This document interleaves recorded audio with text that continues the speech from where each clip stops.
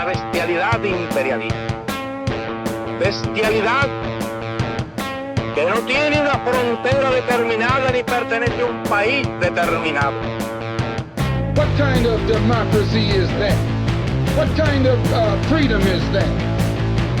Isto é a doutrina liberal. É a doutrina que o mercado e a democracia vão juntos, são inseparáveis. Isto é uma praga. Pues la utopía sirve para eso, para caminar. Saudações, pessoas! Sejam bem-vindos a mais um episódio do Vira Casacas Podcast. O meu nome é Felipe Abal e eu estou aqui com Gabriel Divan de volta. Gabriel Divan, bem-vindo! Surpreendentemente, olha só que beleza, né? Cara, na verdade, assim, ó, o nosso ritmo de gravação, ele é tão intenso que parece que o cara tá fora há muito tempo, mas vai dar conta de um programa e meio, né? Uhum. É um programa e um terço, basicamente é isso, cara, né? Mas eu sinto falta, cara, sinto muita falta de estar aqui, fico com inveja no sentido bom da palavra, porque vemos um programa como o último ali, né, cara, pô, Pimentel aí, que banho de bola, velho, assim, ó, é o tipo de coisa que a gente fala aqui, o pessoal acha que a gente tá se autoadulando, mas não, cara, quando o cara não participa e fica na plateia, o cara vai olhar dos camarotes ali, o cara percebe assim, esse podcast é muito bom, hein, muito bom, enfim, cara, e estamos aí com um convidado estreante que, olha, é o tipo de cara que tá tão à vontade aqui e tem tanta manha que parece que ele é membro efetivo aqui, na verdade ele está na sua primeira participação, velho. É impressionante, tem muita desenvoltura, o cara quando sabe do meio, né, sabe, não adianta. Cara, os caras inventaram muita coisa aí, né, meu, então, quer dizer, né, o cara aparece aqui de cabeça erguida, né, toque de bola, né, domínio do Zidane, aquele lá, né, que a bola cai lá de Saturno, lá, o cara mata no peito do pé, assim, e não aconteceu nada. É isso, Vira Casacas na excelência pra você, e nós temos esse programa muito bom aí, Felipe, mas sabe o que é muito bom também? Muito bom, Gabriel Divan, é você. Eu quero saber uma coisa, na verdade, cara, eu quero saber se quando você foi viajar, você fez sua malinha com coisa da Insider, Gabriel. Mas é óbvio, cara, é óbvio, tem muita fotinha em que eu tô de insider circulando, porque afinal de contas é aquilo, cara, é roupa com estilo, roupa que é coringa, roupa que serve pra muita coisa, você não perde a elegância, mas também fica confortável, viajar às vezes requer nada mais do que isso, né, descanso também para o look, né, para usar uma coisa que é bacana e não pesa na mala, dobra fácil, não amassa, olha, negócio da China. Não, é ótimo, daí tu saiu do frio, foi pro calor e tudo bem, tudo tranquilo, assim, né, eu gosto de falar agora, Gabriel, porque assim, né, uma forma de apoiar o Vira Casacas também é usar o nosso linkzinho, né, da Insider, assim, então, vamos colocar aí, se você quiser ser como o Gabriel Divan e viajar, e daí a mala fica menor, por causa que tu coloca menos coisas, Gabriel, quando tu tem coisa boa. Não, na verdade tu coloca até bastante, se você quiser, mas parece que tem menos, né, porque o cara vai ver uma camisa ali, uma calça e tudo mais, você quer, estilinho e tal, né, quando viu lá, é bem menos espaço ocupado que outras coisas e você tem bem mais opção. Então faz o seguinte, né, cara? Vai com estilo, vai com inteligência, vai com insider e vai no cupom Vira Casacas, tudo grandão, tudo junto, que aí não tem erro, cara. Descontos são cumulativos, as coisas vem que vem. Ou usa só o linkzinho que tá aqui na nossa postagem sempre. E é claro, né, Gabriel, o pessoal que ouve, o pessoal que diz assim, né, quero apoiar o Vira Casacas, mais uma vez, a gente sempre repete isso, né, e assim, ó, tem muita gente que é de fé, toda semana tá lá compartilhando, falando e tal, e assim a gente agradece demais. Mas tem gente que nunca faz, Gabriel. E, aliás, tem gente que vem falar bobagem, que vem criticar e nunca postou uma vezinha dizendo assim, escute esse episódio, você já ouviu o Vira Casaca? Pô, que tristeza, meu velho. Cara, eu sempre digo a mesma coisa. O amigo é aquele que vai dizer assim, pô, muito legal isso aí, cara, vai com tudo, né, parabéns. Assim como às vezes ele vai dizer, velho, né, não vai nessa, cara. Pô, foi mal, hein, cara, dá uma repensada aí. O amigo pode fazer isso, né, o amigo tem intimidade, o amigo tem aquele tipo de link, né, onde ele pode chegar dessas duas maneiras. Agora, me espanta muito o amigo que só fala mal. O amigo que só dá nos dedos, o amigo que só xinga, o amigo que só reprime o erro. Quer dizer, a gente não acerta nunca, cara. A gente não faz nada legal, a gente não tá bonito nunca, não. O cara só diz quando tá feio, velho. Ô, essa tua cara, hein, velho? Puta que pariu, não dormiu essa noite? Que o cara não diz quando tá bem. E assim tem também o fã do podcast, né?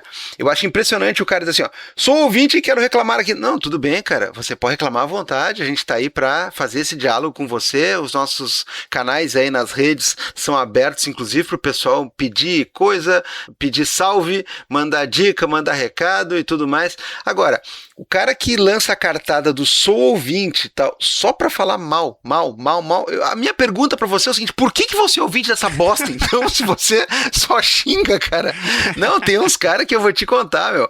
O cara só aparece pra criticar, velho, pelo amor de Deus, cara. Aparece pra me elogiar também, meu, senão vai dar crocância, velho. Não tô tão dando importância pra sua crítica aí, se você não elogia nunca.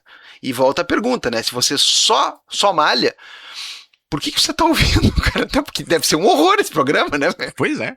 E se você quer apoiar ainda mais, considere apoiar financeiramente o Vira Casacas, cara, R$5 por mês, né? Como eu falei recentemente no Blue Sky, o Vira Casacas remunera quem trabalha com o Vira Casacas, né? Ah, não, mas isso aqui vocês roubaram. Não. Né? A gente pode não conseguir pagar o que a gente queria, mas o que dá, a gente faz. Então a gente precisa de vocês lá no apoia.se/viracasacas, na orelo.cc ou no Pix recorrente, né? viracasacaspodcast@gmail.com. Repetindo, viracasacaspodcast@gmail.com. Gabriel Divan. Olha, é impressionante, velho. É impressionante o fato de você poder contribuir com um programa como esse, contribuir com a remuneração dos profissionais que trabalham aqui, porque se fosse o caso, assim, não, isso aí, não, a gente tem uma equipe aqui muito séria, né? A gente tem custos a pagar. Você vê que nós não estamos ficando ricos, eu, Felipe, Abal, né? Esses dias a gente estava dividindo um fone de fiozinho, né? Durante a gravação. Então é isso, cara. Por favor, colabore com os projetos que você acha bacanas. Exatamente. Agora vamos lá ouvir o Gus? Vamos ouvir. Vamos lá. Gabriel Divan. Opa, estamos aí. Às vezes a gente aparece para trabalhar, né? É importante. Eu vou, inclusive, botar no LinkedIn isso aqui, assim, hoje vim trabalhar, tá? O que se pode aprender com isso, tá? Enfim. O que a gente pode aprender é que sempre tem gente nova aparecendo no Vira Casacas, gente que já deveria ter aparecido há mais tempo, inclusive, né? Mas finalmente, né? Antes tarde do que nunca, Gabriel Divan. Que bom que você falou antes de eu falar, entendeu? Porque eu ia trazer essa questão, assim. Inclusive, no dia que eu fui convidado, eu já fiquei assim, ué, mas eu não fui convidado antes? Pois é, olha ali, ó. Mas agora você já falou. Agora tem que se apresentar, porque a gente tá aqui com Gus Lanzetta. Eu tô fazendo uma luzinha no meio. Família! Itália, campeão do mundo, vamos lá. Exato, toda vez que eu vejo alguma coisa italiana, eu falo pros amigos, a minha cultura. Exato, é isso aí. Tô aqui, Gus Lanzetta, tanto faz, eu não corrijo motorista de Uber, não vou corrigir podcaster. E estamos aí, essa voz é minha, tenho esse microfone de podcast aqui em casa que eu uso pouco, então é bom ser convidado. Muito simples, né? De onde é que vem, o que faz, o que come... Não, o cara... Só alguém. O cara acha que a apresentação é essa, assim, aí tá resolvido. Não, né? Não tem nenhuma história aí, não tem nenhum chão aí, não tem nada pra botar no LinkedIn. Nunca fez nada, Eu sou muito ruim, toda vez que me pediram assim, tipo, manda uma mini bio e tal, que tu tá fazendo um projeto, tem que ter a mini bio, eu odeio entrevista de emprego, odeio primeiro date, essas coisas, tipo, bio de app, a coisa de conhecer gente também, odeio, sou muito ruim, eu funciono melhor com perguntas e respostas, mas eu vou tentar aqui facilitar o trabalho de vocês, porque o Felipe, inclusive, já deu mute no microfone dele, ele acha que ele não precisa falar nesse momento, mas enfim, fui jornalista há muito tempo, roteirista de TV, de podcast, produtor executivo de podcast, escrevi um livro sobre podcast, tive uma produtora de podcast, já fui diretor também de alguns podcasts, e é isso aí, comecei a fazer podcast em 2006, era eu e o Jovem Nerd fazendo podcast, e vocês podem saber quem deu certo, né? Porque vocês sabem quem é o Jovem Nerd e eu tô tendo que me apresentar. Duvido que se fosse os caras do Jovem Nerd dizem, o que é esse? O que é Jovem Nerd? Fala pra gente. E aí agora eu tô aqui exatamente pra pedir emprego no Vira Casacas. Eu tenho o currículo de podcaster aqui, eu trouxe. E aí eles decidiram botar no ar minha entrevista de emprego de tão boa que foi. Então, até o final dessa gravação você vai me ouvir assinando o contrato. Não, tem que ver os resultados, né, Gabriel Divan? A gente vai ver número de downloads, ouvidos, comentários. Então foi muito bom ter vindo, obrigado. Não, mas assim, vamos lembrar que se for eventualmente um fracasso em termos de plays e tudo mais, a gente pode em conjunto, os três, fazer um texto e escrever assim, o que eu aprendi com um programa, né? Enfim, o pessoal que não tá entendendo aí, a gente tá numa conversa de fritação sobre babacas do LinkedIn antes de começar a gravar, que é mais um, Felipe Abal, dos conteúdos que vão estar no CDR exclusivo, que nós vamos vender com os outtakes dos episódios, tá?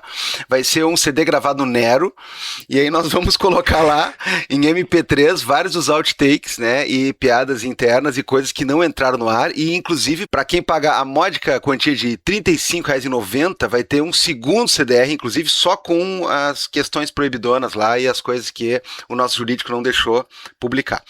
Mas enfim... Vou dar uma consultoria rápida, claro. Divan. É o seguinte, eu trabalhei, fui diretor do podcast da Hotmart por pouco mais de um ano. E a Hotmart, pra quem não sabe, é a plataforma da galera vender curso. E então, uma coisa que eu aprendi lá é que o preço sempre termina com 7. Então, é R$37,97, R$35,99 não. Porque R$37,97 é quase 40, mas ainda parece 35 pra pessoa, entendeu? Então você tá tirando aí uma graninha a mais que vai cobrir, por exemplo, a transação de cartão de crédito em cada uma, e você já fica com, vamos dizer, 35 líquido dessa vez. E psicologicamente a pessoa acha que tá tudo bem. Então sempre preço terminando em 7. Porque 7 não é 9, que a pessoa já não é mais enganada pelo 9, né? Por muitos anos do varejo fazendo o 9 no final. Então o 7 é o novo número, né? Ele é fininho, ele é magro, ele parece que custa pouco. Então vamos mudar esse preço para R$37,97, por favor. E já liga com o Brasil no jogo da galera, 777, né? Tem todo aquele negócio que o 7 em 7, né? Que é você tem que fazer o seu lançamento, né? Que é como eles chamam, tem que fazer 7 dígitos em 7 dias, né? Então se não fatura 7 dígitos em 7 dias, o que você está fazendo da sua vida? Eu já tenho uma ideia para um produto aqui. O nome é Belford Cast.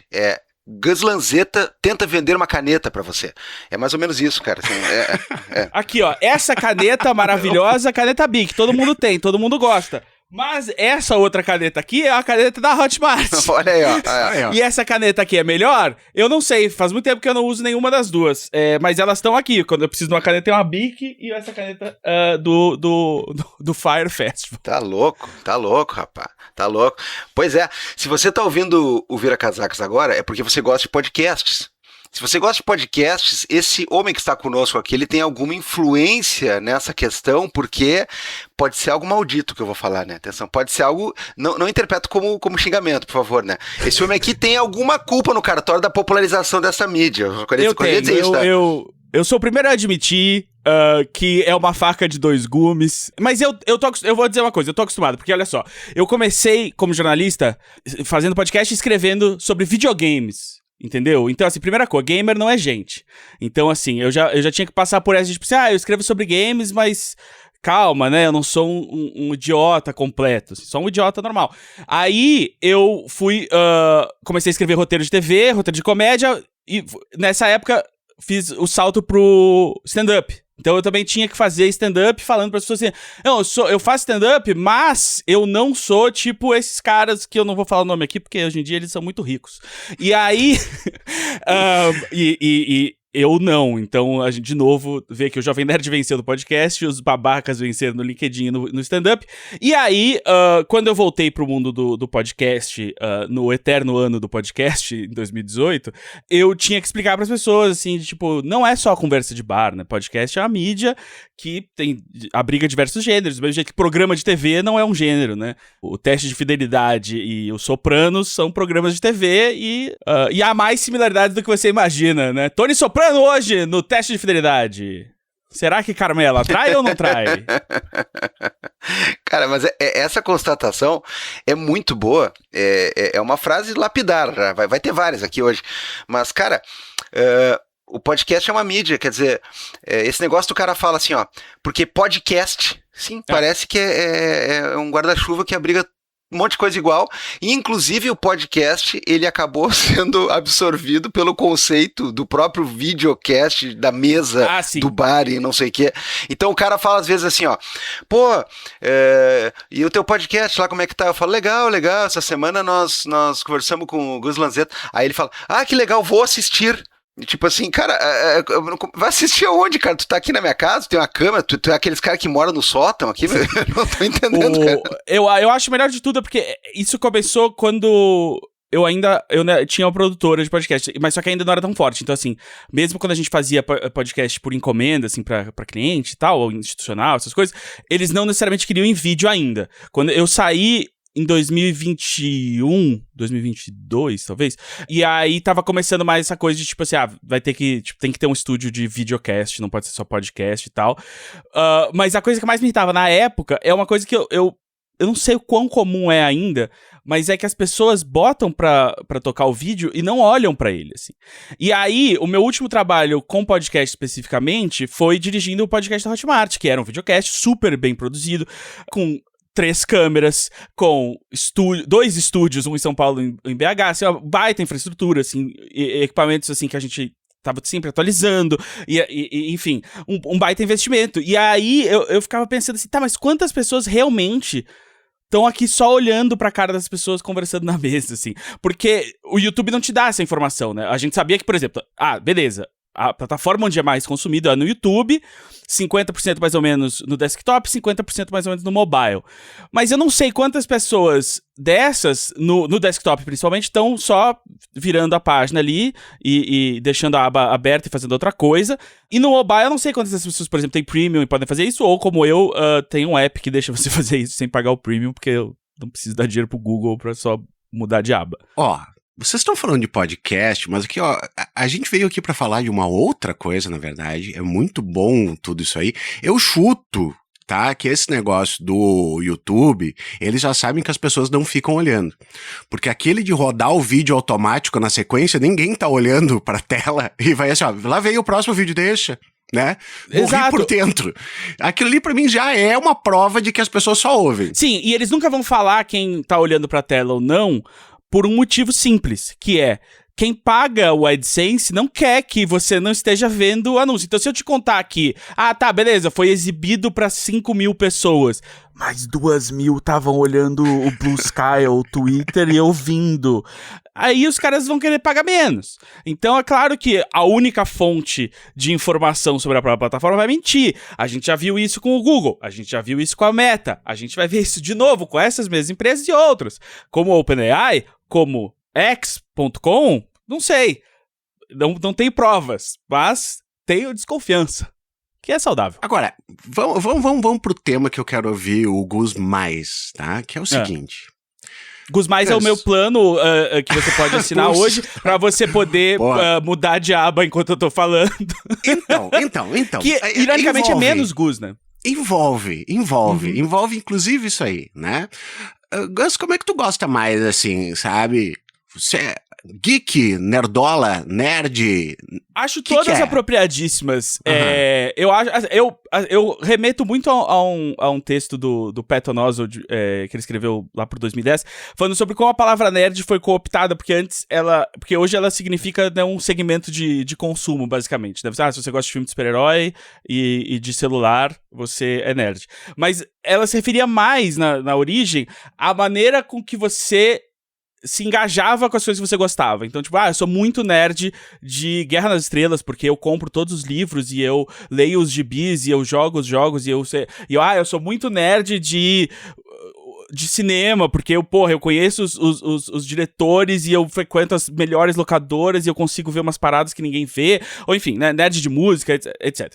Então, eu aplico a palavra nerd a mim mesmo dessa maneira, que eu tenho diversas sérias obsessões, e algumas delas representadas no vídeo que só quem grava o podcast pode ver, e quem tá vendo o corte pode ver também. E também geek, porque o geek... Eu gosto muito da origem da palavra geek, na verdade, que eu acho que se as pessoas conhecessem, elas não iam usar tanto, que o geek, ele era o pior papel que você podia desempenhar num freak show, num side show, né, nos circos de aberrações do começo do século XX, final do século XIX. Tem um livro muito bom, que foi adaptado para 2 filmes bem bons, chamado Nightmare Alley. A última adaptação foi do Guilherme Del Toro, também é muito boa. E ele é a pessoa que se fingia de um homem primitivo e normalmente provava que era mais besta-fera do que humano, mordendo a cabeça de uma galinha viva e bebendo sangue. E aí normalmente eram pessoas, né, com dependência química, né, ou dependência alcoólica, que eram exploradas por esses circos esse era o geek. E aí em algum momento as pessoas começaram a chamar pessoas muito socialmente não desenvolvidas ou pessoas que não se adaptavam à norma social de geek, e aí eventualmente rolou o movimento do não, vamos pegar a palavra para nós mesmos, e as pessoas ficam chamando de geek, mas sem o conhecimento da origem. Então eu não tenho ofensa nenhuma, porque acho que ninguém tá usando dessa maneira comigo, mas eu acho muito engraçado toda vez que eu vejo alguma coisa, eu orgulho geek e tal, tipo, você sabe o que você tá falando? Mas é bonito. Mas sim, sou tudo isso que você falou, nerdola, nerd, geek, essas coisas aí. E daí o Divan pega e me fala de queimar CDs no Nero, que as crianças não sabem o que é, né? Eu vi um cara recomendando o Nero no Reddit hoje, pra você ter uma ideia. Meu Deus, gente. Eu fiquei com muita raiva, porque eu falei, tem ferramentas melhores em 2026. Imagino que sim, eu faço tempo que eu não queimo um CD, mas deve existir. E sempre que eu preciso de alguma coisa, assim, alternativa, vamos dizer, né? O Gus é um cara que eu chamo ali no Blue Sky, exatamente. Exato, eu sou essa... Assim, cara, eu gostei muito que teve uma vez que eu disse, tem um certo site que eu quero ter acesso e tal, sabe? E eu precisava ali, tu conhece alguém que tem um convite? Ele disse, não, eu sou moderador. Sim, eu tenho muito orgulho de ter sido sempre essa pessoa pros meus amigos, eu preciso arranjar tal filme, eu preciso arranjar tal coisa. Pra vocês terem ideia, a gente tava falando mal de empreendedor antes de começar a gravar. A primeira vez que eu empreendi foi na escola, quando eu tava na 6ª série. Eu gravava CDs por encomenda. Então, tipo, sabe, você quer a nova expansão do The Sims, você quer MP3 da banda tal, eu gravo e vendo. E aí, eventualmente, na perua escolar, que eu pegava pra ir voltar do colégio, tinha pessoas de outras classes que aí eu contratei pra serem os meus vendedores nas outras séries. Então, tipo, você na sua série pega as encomendas, você na sua série pega, traz, eu te dou R$1 por CD, eu vendi o CD por R$10. E foi muito bom enquanto durou, até que a escola descobriu. Aí falou que eu não podia fazer isso. Cara, maravilhoso isso aí, cara. Maravilhoso. O empreendedorismo da gravação de CD, inclusive, foi um mercado aquecido, velho. Foi um mercado super aquecido, porque tinha um amigo meu que, inclusive, eu encomendava pra ele uma capa, assim. Eu dizia, me grava um CD coletânea de tal e tal banda que vai ter essas músicas aqui, e vê se tu bola uma capa assim, assado, que vinha a capinha, cara. Teve um dia que eu e ele bolamos, inclusive, aquela capinha que tinha dentro da embalagem, né, onde o cara enfia o disco ali, às vezes era transparente, porque tinha um desenho por trás também. Então, elaborado o negócio, cara. Eu fiz muito sucesso quando eu não fazia as capinhas, porque eu não tinha impressora. Minha mãe tinha uma impressora e tal, mas, enfim, não ia ficar uma impressão super legal, ia ser só mais tempo e dinheiro gasto. Mas eu fiz muito sucesso quando eu comprei os CDRs coloridos. Aí fez sucesso, especialmente com as gurias que compravam muita expansão do The Sims. Elas adoravam quando eu podia escolher. Eu falava, escolhe a cor do CD. Que cor tu quer? Caralho, não, isso é bom demais, cara. É que eu tava pensando ontem mesmo, inclusive, numa coisa que é muito engraçada. Eu tava pensando naqueles discos coletâneas. Tem a ver com a minha dica cultural de hoje, mas aguardem. Mas quando o cara pensava um disco coletânea, por exemplo, assim, coletânea Perfil Djavan, acervo especial Engenheiros do Havaí, sei lá, porra. Aí era uma curadoria, porque assim, não é todo mundo que podia ter todos os LPs, todos os cassetes ou no futuro todos os CDs da banda. Era um pouco número de gente que tinha esse poder aquisitivo, né? Eu vou ter todos os discos do Roberto Carlos, que é difícil, né? Agora, se tu ia numa loja, não tinha todos. Eles não estavam todos em estoque, sendo produzidos, assim, tipo, você comprava muita coisa porque é o que tinha na loja que você topou com aquilo um dia num preço que você podia pagar e comprou. E aí, tipo, você quer aquela música, você vai comprar a coletânea que tem aquela música. Não, e aí que tá. Nós somos filhos de uma geração, né, que vem de uma crise econômica brutal e alguns ranços, né, que nossos pais, ou até mais tarde, avós, de repente passaram, a gente, por exemplo, já começou a ver uma coisa em transição, né? Meus pais, por exemplo, né, minha mãe, ela ainda tem a lógica de fazer o rancho no supermercado, fazer aquela mega compra, assim, porque vai saber, né, mês que vem como é que vai estar, tem um monte de alimento. Semana que vem, como é que vai ser? Puta que pariu, leite condensado, isso aí tu vai durar, cara, estoca aí, 500 aí, onde tu puder e deu. Então, assim, poder aquisitivo para, por exemplo, fazer uma compra de um disco, né, e coisa e tal, quando surge essas coletâneas, e principalmente depois no CD que populariza, virou uma febre de tal maneira, porque o cara pensa assim, pô, eu vou comprar a coletânea do artista, e as curadorias eram boas, né, as gravadoras faziam umas coletâneas legais, assim, eu me lembro dessas duas aí, a série Acervo Especial e a série Perfil, que foi um pouco depois até, e aí o que acontece? É claro que tinha 9 músicas que tu queria, aí a 10ª era uma que tu não gostava e tu pensava assim, puta merda, se pudesse trocar por aquela outra lá, que é a que eu mais gosto aqui. Aí a outra coletânea tinha aquela lá, mas tinha umas outras 3 meio diferentes, assim por diante. Cara, a gente era, de certa maneira, escravo / condicionado por essas curadorias, e é uma coisa que foi acabando, porque quando passa a ter o Gus vendendo o CD pros amigos na perua, quando passa a ter depois o próprio cara conseguiu o seu Nero da vida ou coisa parecida, vai mudando de esquema e tu faz a tua própria coletânea. Aí chega num ponto em que a gente vai pras plataformas, aí explodiu o conceito, cara, porque se tu quiser fazer uma playlist com a música número 3 de todos os discos do Roberto Carlos, o cara é um fetichista, aí ele faz uma playlist, cara, de 100 músicas número 3. Véi, é muito louco isso aí, porque a coisa foi caminhando de uma maneira que a gente foi ganhando uma autonomia, e aparentemente hoje a gente tem a maior autonomia do mundo com as plataformas. Eu quero que vocês dois me expliquem por que isso é mentira. Eu explico porque é mentira, mas eu vou dizer outra coisa, que além das coletâneas de múltiplos artistas, tinha outros 2 grandes fenômenos da época do CD que quem não viveu, assim, às vezes não sabe mesmo. Que um é trilha sonora de filme e novela e programa de TV, que, tipo, muitas vezes você não conhecia o artista, você tinha ouvido a música e você comprava aquela coletânea. Eu era, tipo assim, desde pequeno, eu comprava muita trilha sonora de programa de TV e de filme. E a outra... O melhor do Oscar. O melhor do Oscar.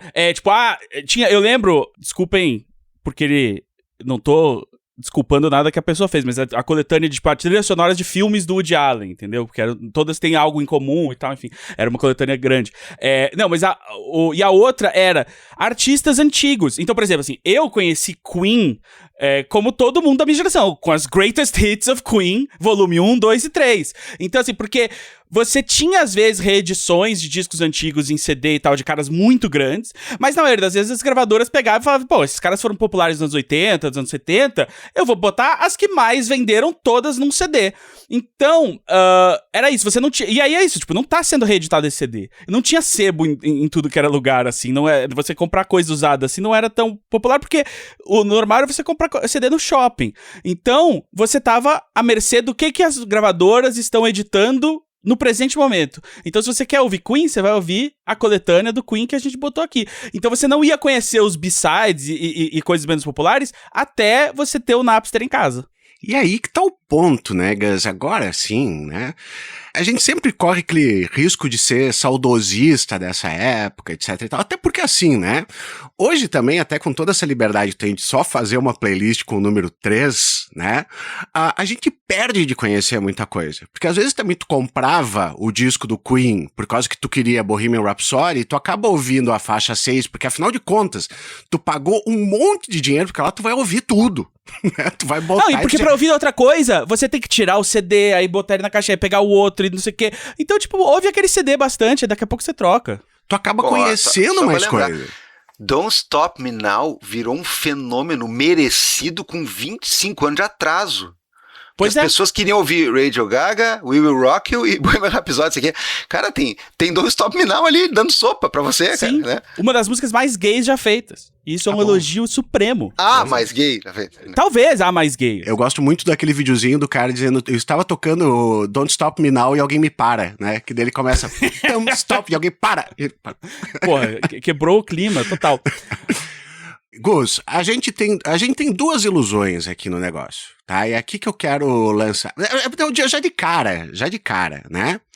Uma é essa do, finalmente você tem tudo que você precisa no seu bolso, né?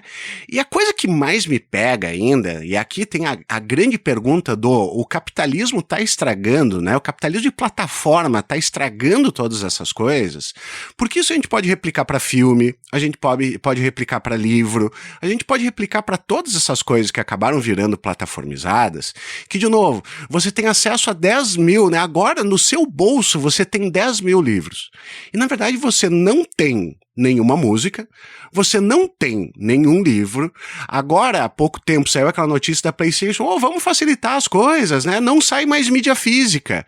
No mesmo dia que eles anunciaram que você não vai ter mais a loja digital do PlayStation 3 e do PlayStation Vita. Então você vai ter acesso, mas talvez durante 20 anos só. Exatamente, vai lá, né? A gente tem tudo, a gente não tem nada, e a gente acaba se tornando, ao invés de escravo da coletânea, a gente vira escravo do que esses caras dizem assim, isso aqui você vai ter, isso aqui infelizmente está saindo do catálogo, então sinto muito. Uhum.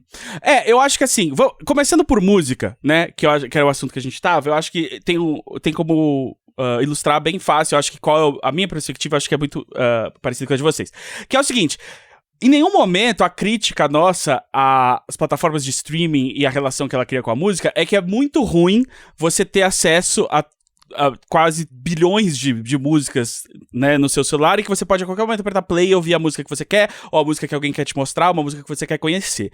Essa é a parte boa. A parte ruim é que tudo isso é feito da pior maneira possível. Nada é feito pra você ter um acesso de boa qualidade à cultura, um acesso que te traz novidades e traz, por exemplo, alcance a pequenos artistas de uma maneira que é sustentável pra atividade deles. Não, é pra enriquecer as mesmas gravadoras, te manter num ciclo controlado e algorítmico do que você vai consumir, quando você vai consumir, e consumir o máximo possível, independentemente da qualidade desse consumo, do quanto isso tá te fazendo bem ou mal, e do quanto que você realmente queria estar preso nesses ecossistemas digitais. Então, eu sou um grande proponente da mídia digital. Eu colecionava muito videogame e filme. Eu comecei há uns anos atrás a me livrar de quase tudo de jogo físico que eu tenho, inclusive essa limpa que eu tô fazendo aqui pra terminar isso. Eu tô vendendo DVD e Blu-ray a rodo, tem alguns poucos que eu vou guardar pra ter na prateleira. Eu não tenho mais em mim esse fetichismo de ter que ter a coisa física. Então, assim, eu ripei meus CDs, eu ripei meus Blu-rays, eu baixo coisa, pode vir, e eu boto tudo num servidor na minha casa, e eu ouço música por streaming do meu servidor no meu celular com uma qualidade melhor que eu teria no streaming, eu vejo filme numa qualidade melhor que tá no streaming na minha TV, mas eu quero a praticidade, eu quero que seja digital, eu quero que seja acessível, eu quero que eu possa passar para um amigo meu ver um negócio que ele não consegue acessar, entendeu? Então, você querer o acesso fácil às coisas não automaticamente te deixa na mão de, tipo, bom, se eu quero acesso fácil, eu tenho que vender a alma ao diabo, e quem tem que controlar são essas pessoas, com o objetivo de lucro máximo todo ano maior que o anterior, porque não é nem uma questão de ser lucrativo. Claro que tem que ser lucrativo, mas tem que ser lucrativo principalmente pra quem faz, né? E pra quem faz direito. Porque de que adianta o Netflix contratar trocentas produções todo ano, mas que ele não vai pagar residual direito, ele não vai querer negociar com o sindicato no Brasil, ele vai querer enfiar IA em tudo, ele vai querer que tudo seja meio homogêneo, que tudo seja meio mal escrito pra você não ter que prestar atenção, e tudo seja repetitivo pra ninguém sentir que tá perdendo a trama, que você não vai dar tempo pra obras criativas serem desenvolvidas, porque se 20 mil pessoas não assistiram os 10 primeiros episódios na primeira semana, foi cancelado, não vai ter segunda temporada, nada tem tempo de criar relação com o público, e isso se estende pra internet toda, assim, entendeu? Se o seu primeiro vídeo no YouTube hoje não der muito certo, o seu segundo vídeo vai chegar em quem? E o seu terceiro? Então, tudo isso é que a gente perde a noção de que existe um processo ativo de intermediação que não foi... agora eu não assisto só o que passa no cinema da minha cidade, eu não assisto só o que passa no canal de TV que tem da minha TV a cabo, eu escolho o que eu vejo. Sim, mas o que você sabe que existe, o que você consegue acessar é totalmente determinado por empresas muito menos preocupadas com o conteúdo do que mesmo as empresas antigas, que não eram boas, eram ruins, mas essas novas são piores, porque elas são empresas de tecnologia em primeiro lugar. Elas não são empresas de entretenimento, elas não são empresas que estão acostumadas a lucrar em cima da arte dos outros. Elas estão acostumadas a lucrar com a atenção de quem consome, né? E aí é aí que pra ela, tipo, tudo vira conteúdo, né? O que a gente joga aí pros porquinhos comerem e ficarem aqui cercados. Gabriel Divan. Cara, eu vou me lembrar de uma discussão que aconteceu no bendito e maldito e saudoso, e Deus me livre, e quem me dera, antigo Twitter, que era mais ou menos assim, ó. Tem um grande jornalista, crítico, professor, né, eventualmente escritor também, no Rio Grande do Sul, que entrou numa briga com uma galera uma vez, em razão daquela questão dos direitos autorais e da questão... Eu acho que quando foi derrubada pela primeira vez uma daquelas bibliotecas virtuais de download, tipo Livros do Exilado, Livros da USP, era uma coisa assim, e aí o pessoal começou uma chiadeira, dizendo assim, porra, cara, como é que eu vou baixar os livros agora, minha pesquisa, não sei o quê, produção acadêmica tá dependendo de livros importados caríssimos e latinha, e porra, aí o cara entrou numa briga do tipo assim, ó, pois é, mas e os direitos autorais? E os direitos das editoras? E quem compra o livro é um otário, então? Porque você tá baixando e eu tô comprando, e não sei o quê. E a briga escalou para um negócio de dias, assim, de dias.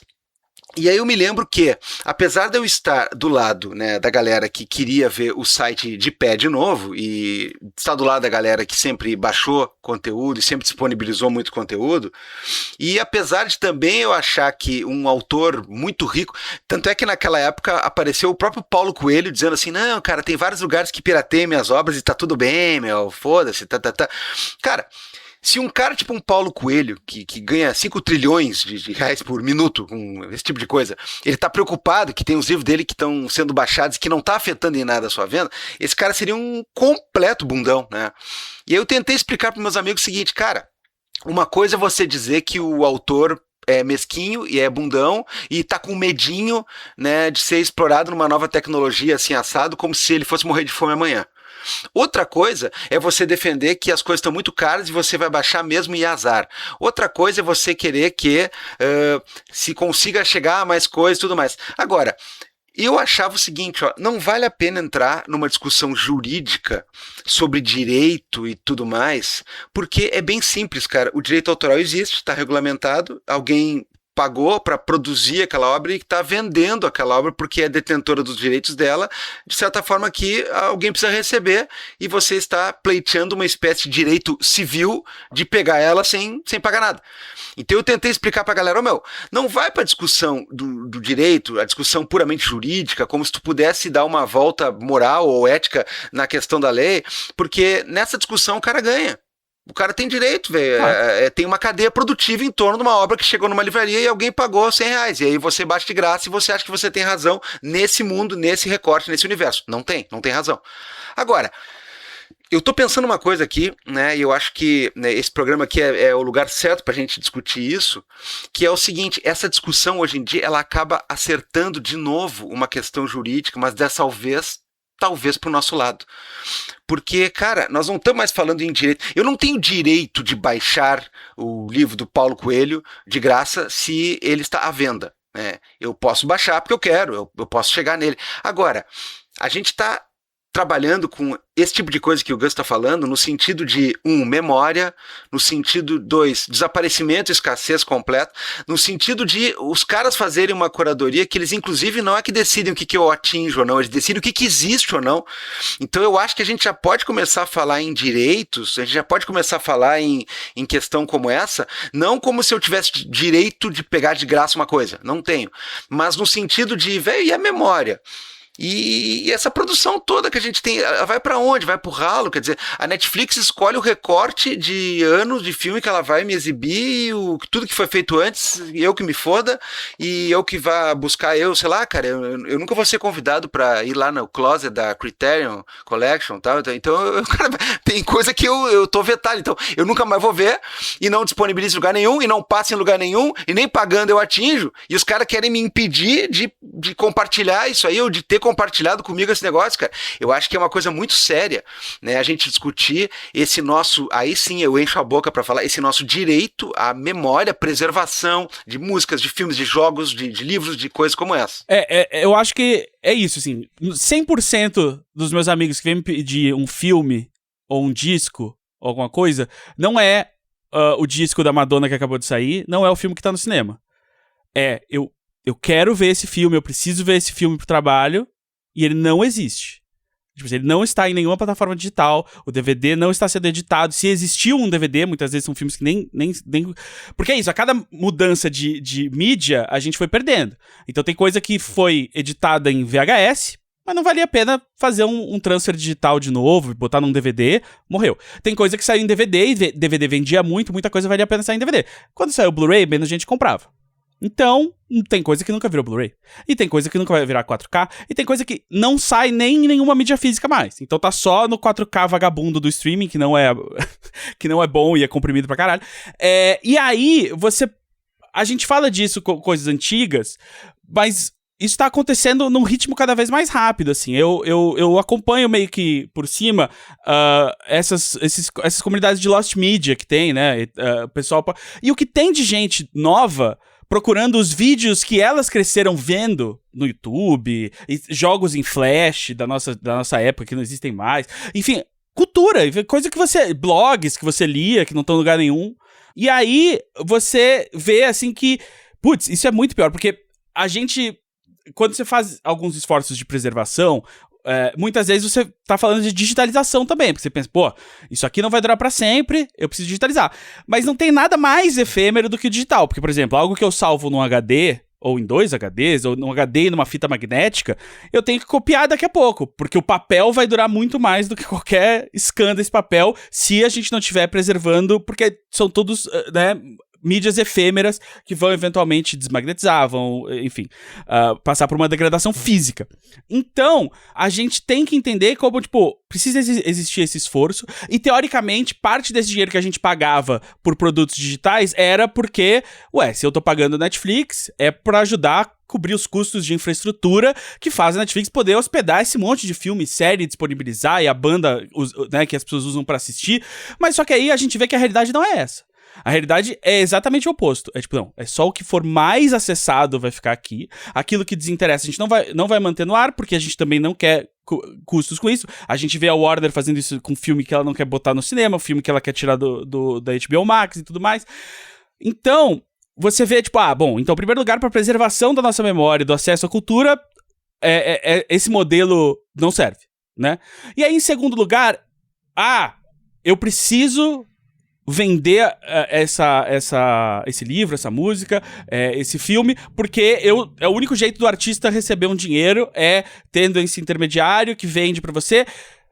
Tá, mas em que momento que você vai encarar que o artista precisa receber, porque ele vive numa sociedade em que ele não pode ter segurança, saúde e teto sobre a própria cabeça e comida na geladeira, se ele não estiver trabalhando até morrer, basicamente, né, porque CLT ele não vai ser mais. Então, aí você vê, tipo, beleza. Então, e se a gente só remunerasse melhor? E se, ao invés de, tipo, 99% do dinheiro ficar na mão dessas empresas, a distribuição fosse um pouco mais igualitária? E a distribuição, tipo, fizesse jus a, vamos remunerar quem distribui, quem faz o marketing, quem faz a parte técnica, quem faz a parte de negócios e quem faz a porra do que faz tudo girar. Porque é isso, assim, se não tivesse podcast e música no Spotify, você ia baixar um app porque o logo é bonito? Não, mas só que quem ganha é o acionista. Então, a discussão é essa, tipo assim, ninguém tá pirateando porque quer roubar alguma coisa. É porque é isso, porque às vezes é o único jeito de acesso, porque às vezes é o jeito mais fácil de acesso. Porque você não tem dinheiro pra gastar em tudo. Porque, de novo, assim, eu lembro que eu cobri muito isso quando eu escrevia sobre games. Que você vê as empresas dizendo assim, esse ano nós perdemos não sei quantos milhões de dólares por causa da pirataria. E aí todo pesquisador que falava sobre isso falava assim, é mentira. Porque você tá dizendo que toda a cópia pirateada é uma cópia que você deixou de vender. Não é verdade. Por que Porque tem gente que pirateia e compra. Porque tem gente que pirateia e nunca ia comprar.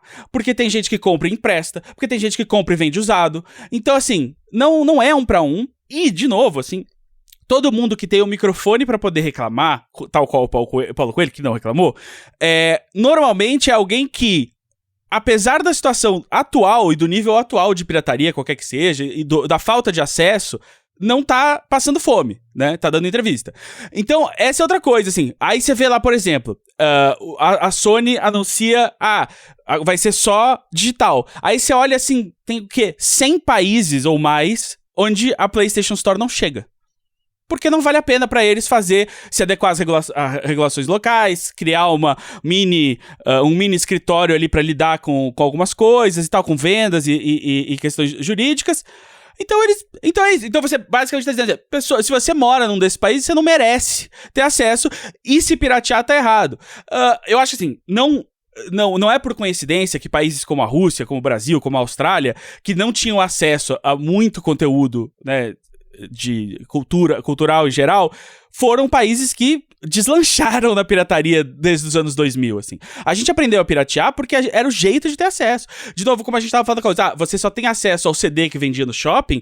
Porra, se a gente só fosse ter acesso aos jogos que vendiam no shopping, aos filmes que vendiam na locadora e tal, a gente não tinha assistido tanta coisa, a gente não tinha lido tanta coisa, a gente não tinha ouvido tanta coisa. A barraquinha do CD pirata ajudou muita gente, e ajuda muita gente até hoje, e o Torrent, o Napster, o Kazaa ajudaram muita gente. E, veja só, ninguém faliu. Quem faliu? A indústria musical. A indústria musical, depois que a gente baixou a primeira MP3, não conseguiu nunca mais fazer o artista, o músico profissional, ganhar tanto pela reprodução da sua música. Hoje em dia, quem consegue fazer show e ganhar dinheiro com isso, ganha dinheiro com isso, e quem não consegue tem que se virar vendendo camiseta ou fazendo Patreon. Mas o que acontece? Quando finalmente alguém sacou, tipo, mas e se você não pagar $1 por música? Se você pagar uma assinatura, e aí você tem acesso às músicas que você quer, e aí eu consigo remunerar quem você ouviu de acordo com o quanto ele foi ouvido. Porra, brilhante! Se você não fizesse um acordo com todas as gravadoras para que elas virassem suas acionistas, e aí você garantisse que o grosso, gigantemente grosso desse faturamento ficasse na mão dessas pessoas e não dos músicos. Então, assim, ninguém estaria reclamando do streaming e da pirataria, ninguém não, mas muito menos gente estaria reclamando se você tivesse, por exemplo, um streaming que não tá ali pra dar dinheiro pra acionista. Tá ali pra criar uma cadeia sustentável de comercialização de música. E acesso à música. Eu vou fazer uma pergunta agora, mas não é a minha principal, Gabriel Divan. Então eu já tô deixando aqui, senão ele vai dizer, fez duas em sequência. Não. Gus, tu falou da barraquinha do camelô lá. É verdade que som e imagem filé vem do Sound and Image File? Eu não sei, eu trabalhei em 2 galerias operadas por supostos mafiosos chineses. Não, supostos não, o Lau Qinchong foi preso na época que eu trabalhava lá. E aí, então, naquela época, isso foi de 2004 a 2007, mais ou menos, a gente não usava essa frase, não sei se veio daí depois, eu já vi essas capinhas, eu vi inclusive no Odisseia agora, né, alguém postou a foto esses dias, não sei se vem, eu acho que não, porque eu não lembro de ninguém usar. Eu quero optar a acreditar, é muito bom, cara. Você que já viu um arquivo pirata no computador de outra pessoa, de longe, ligando pra polícia, você já viu alguém em inglês referir a algo como um sound and image file? Não. É um video file. Acho que não. Acho que é uma criação. Eu acho que a gente tem que. É uma criação totalmente brasileira, é nosso. Som e imagem filé é nosso, não é corruptela de nada. É verdade, faz sentido. Mas, gente, vocês estavam falando aí de umas coisas, eu anotei aqui algumas coisas o que eu queria comentar, que é o seguinte: o Divan estava falando da questão da lei dos direitos autorais. Isso é uma coisa que a gente precisa urgentemente rever. Porque assim, primeiro, concordo em gênero, número e grau, que assim, existe uma lei de direitos autorais que deve ser obedecida, só que assim, a lei de direitos autorais brasileiras, ela é mais draconiana do que a internacional. 70 anos depois da morte do autor perdurar direitos, é um negócio que é absurdo. A gente tá criando, vê só, pra quem fala tanto em produtividade, criar riqueza e não sei o quê, tu tá deixando o vagabundo do neto do cara que escreveu um livro, uma música, um negocinho, lucrando com a bunda no sofá. Né? A gente já falou daquele filme que tem do Hugh Grant, que eu acho genial, a ideia dele do pai que fez... Né, que o pai fez uma música de Natal que toca e o cara não faz absolutamente nada porque todo Natal ele enche o cu de dinheiro. Sim. Cara, 70 anos é muito tempo. Muito tempo. Segundo. É muito tempo. Era mais tempo ainda quando eles criaram a lei, né? Tipo, 70 anos era uma mudança muito maior. Mas a lei quando eles criaram a lei... agora é 50. E quando foi criada a lei internacional nos Estados Unidos, a lei internacional, a lei dos direitos autorais nos Estados Unidos, não era 70 anos. Ela é 70 anos hoje nos Estados Unidos, e a gente copiou por causa do lobby deles, por causa do lobby da Disney lá. Por causa do porque Mickey, a Disney, claro. Exato, porque a Disney tinha medo do que aconteceu recentemente, que é o Mickey entrar em domínio público. Só o Mickey preto e branco do Steamboat Willie e tal, mas o Ursinho Pooh entrou agora também. Enfim, e aí você tá vendo um monte de filme de terror independente com o Ursinho Pooh e tal. É isso. A gente perde... Popeye contra Ursinho Pooh versus Jason. Adorei. Exato! O Jason ainda não, calma. O Jason ainda vai ter uma série agora sobre a mãe do Jason na TV, que infelizmente vai ser os donos dos direitos vão ganhar o dinheiro. Mas, não, a questão eu acho que aí é muito doida, e especialmente falando dessas pessoas mais novas, mas mesmo da nossa geração, é que os seus ícones e os personagens que vivem no imaginário popular são cada vez mais personagens com copyright. Você imagina se você tivesse que pagar direitos pra você botar o Odisseu na tela, entendeu?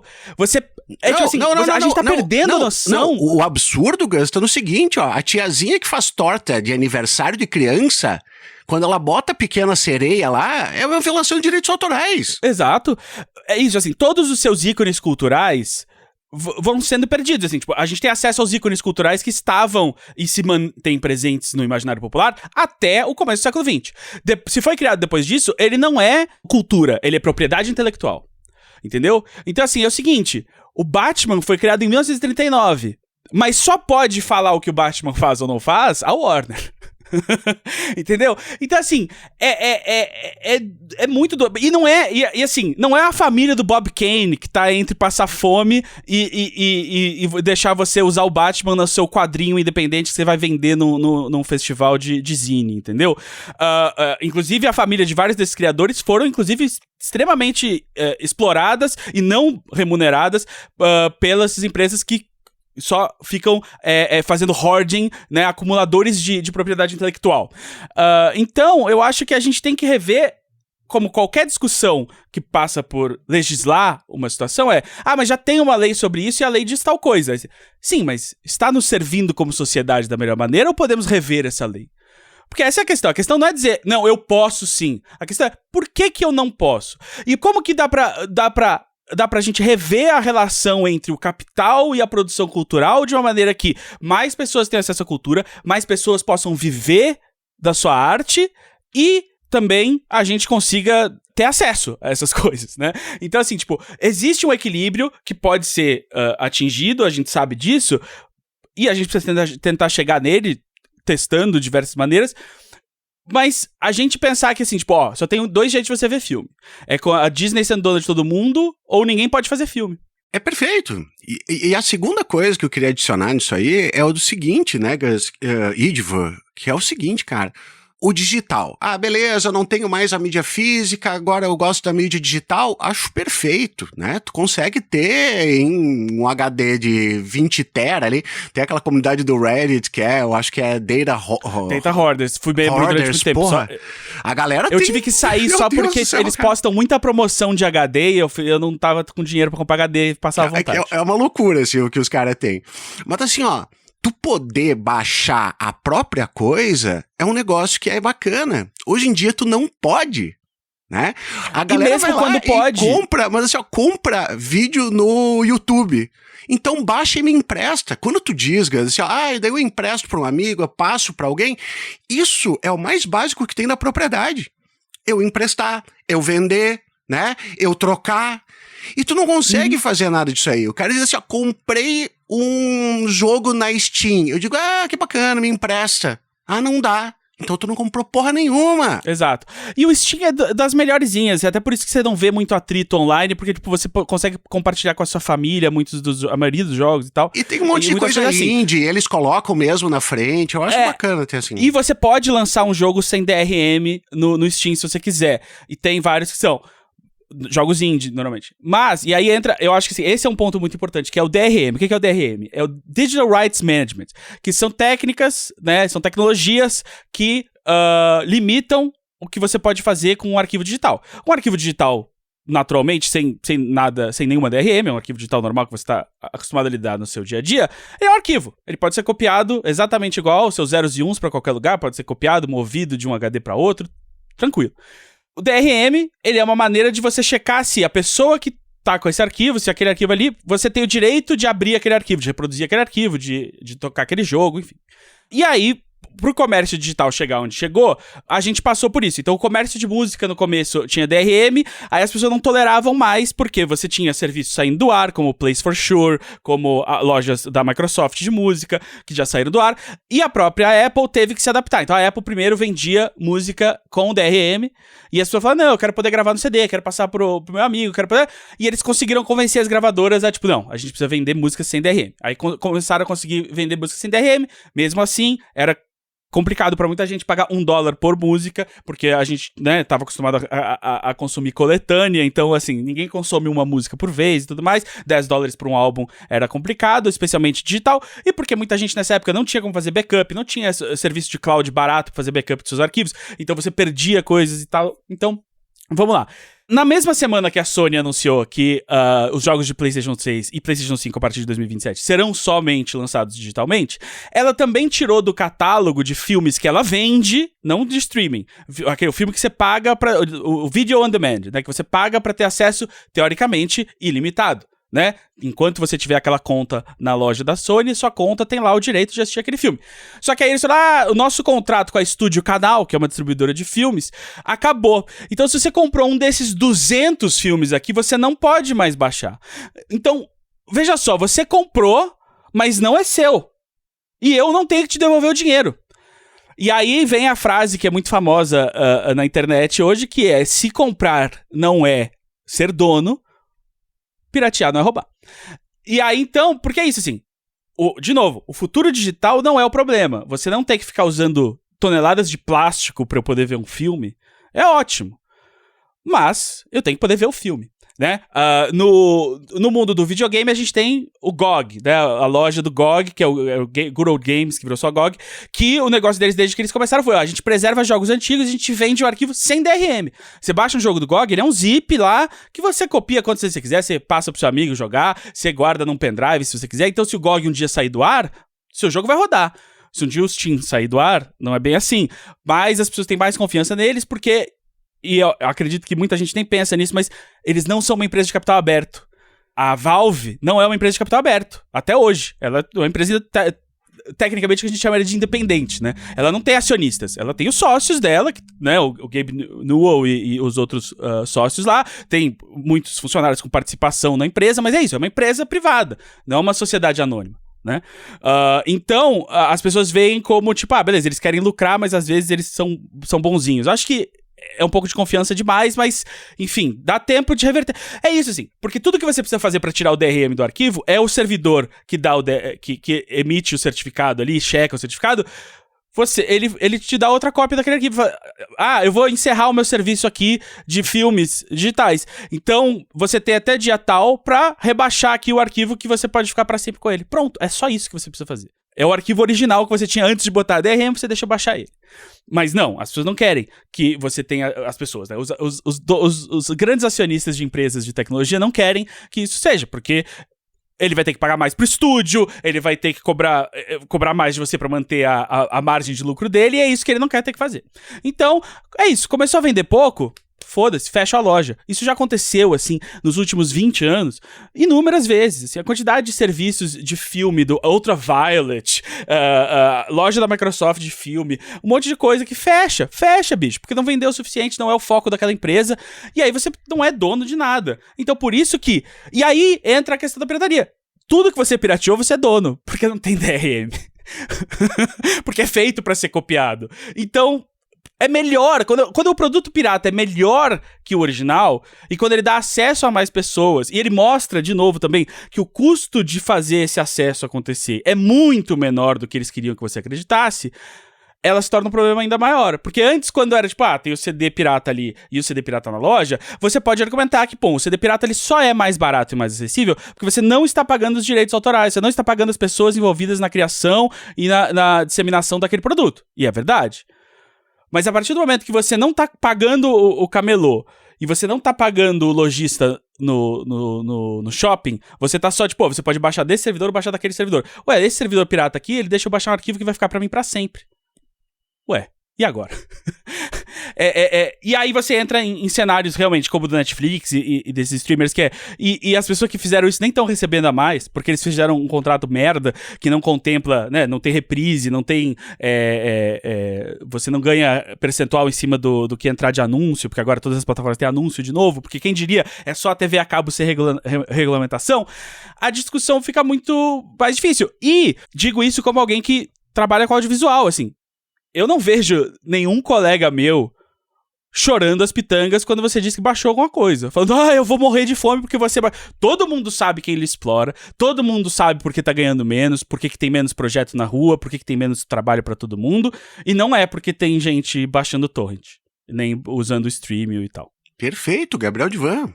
Cara, esse debate da cultura, eu acho ele muito foda, porque, repito, né, o cara me diz assim, eu tenho direito de baixar porque aí começa a esbarrar numa série de questões que não conseguem fugir daquela coisa do eu quero de graça e pronto, né?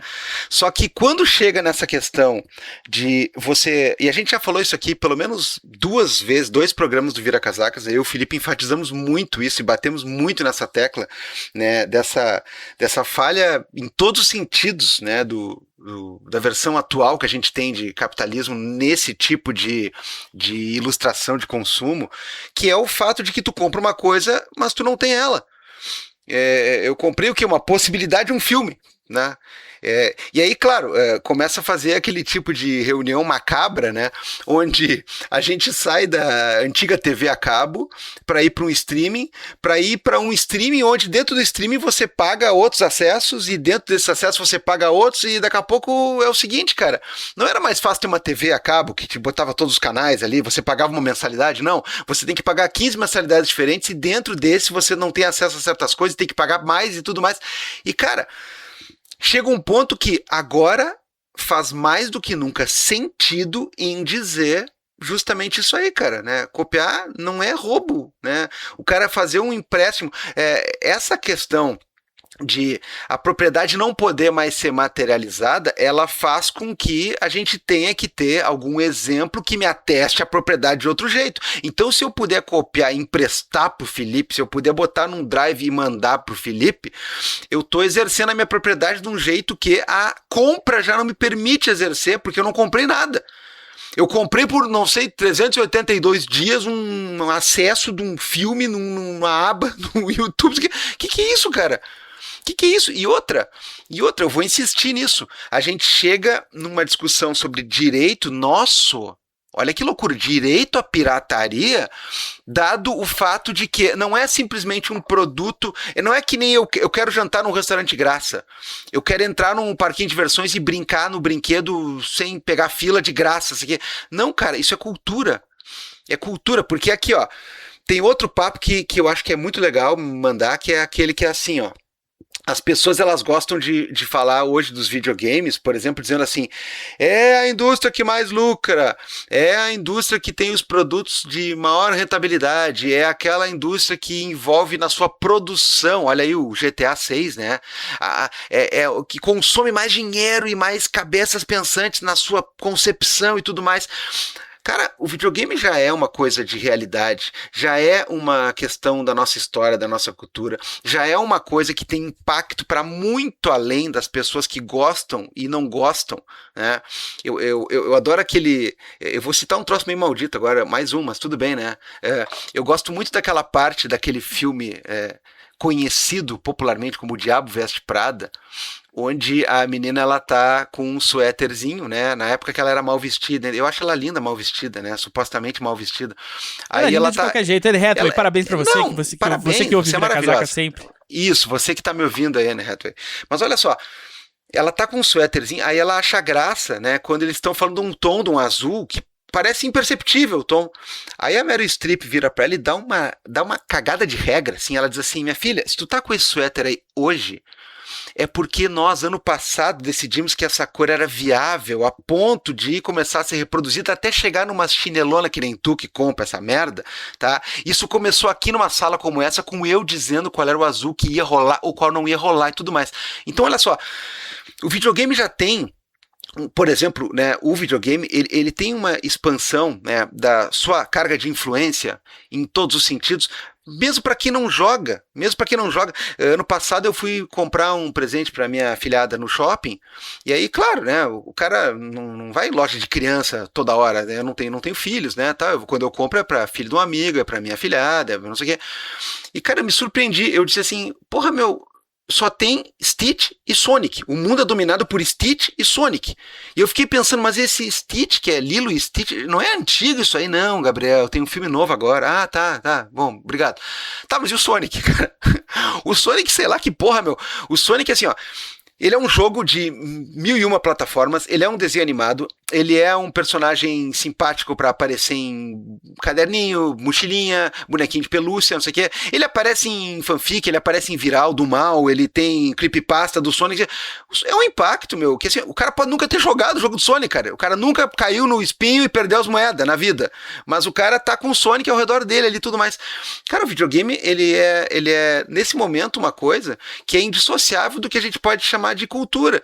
E ainda tem alguns ranços, alguns fetiches, né? Quando aparece alguém num filme jogando videogame, ou num livro, um personagem joga videogame, até pode dar uma estranheza, assim, mas a gente tem que parar com isso. Então o videogame não se justifica só porque ele é uma indústria multimilionária. Parece que tu tem que dar esse carteiraço pra dizer assim, ô galera, não é coisa de criança não, hein? Tem dinheiro envolvido. Cara, tem mais do que isso, tem cultura. A gente é de uma geração que jogou videogame pra caralho, né? E seja o do Atari, passando pelo Master, pelo Phantom System, pelo PlayStation 1, pelo não sei o quê. Cara, alguém teve algum contato com isso aí. É parte da nossa vida, cara. É parte de uma coisa importante, né? Pra quem gosta, principalmente. Então, isso aí é uma coisa que vai se perder, cara. Aí depois de 5 milhões de anos, né? O cara olha lá como é que é feita as palafitas que seguram Veneza, ou acha uma pedra, não sei o que lá, os caras dizem, olha só, que coisa importante, não sei o que. Cara, claro, velho. Mas é justamente isso, é uma marca de uma geração inteira, cara. Para além de ser um mega de um produto, uma mega de uma indústria. E essas coisas vão se perdendo.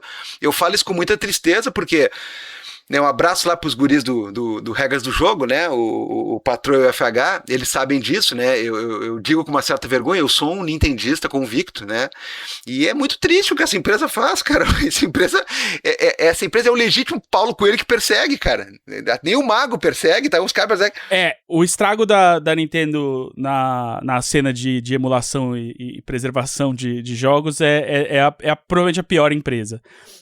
Mas eu acho muito legal que você levantou a questão dos jogos, porque eu tava traçando um paralelo aqui, que talvez muita gente que não tem um contato mais íntimo com o dia a dia das notícias de games não saiba, assim, não tem noção. Porque você tava falando assim, os maiores jogos, os mais lucrativos, você falou do GTA 6, né?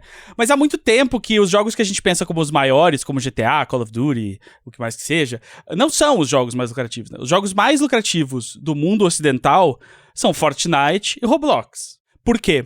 Porque você pode jogar de graça, cara. Então, quando a gente vira e fala assim, tem um jeito de você dar acesso à cultura e todo mundo ganhar muito dinheiro ainda...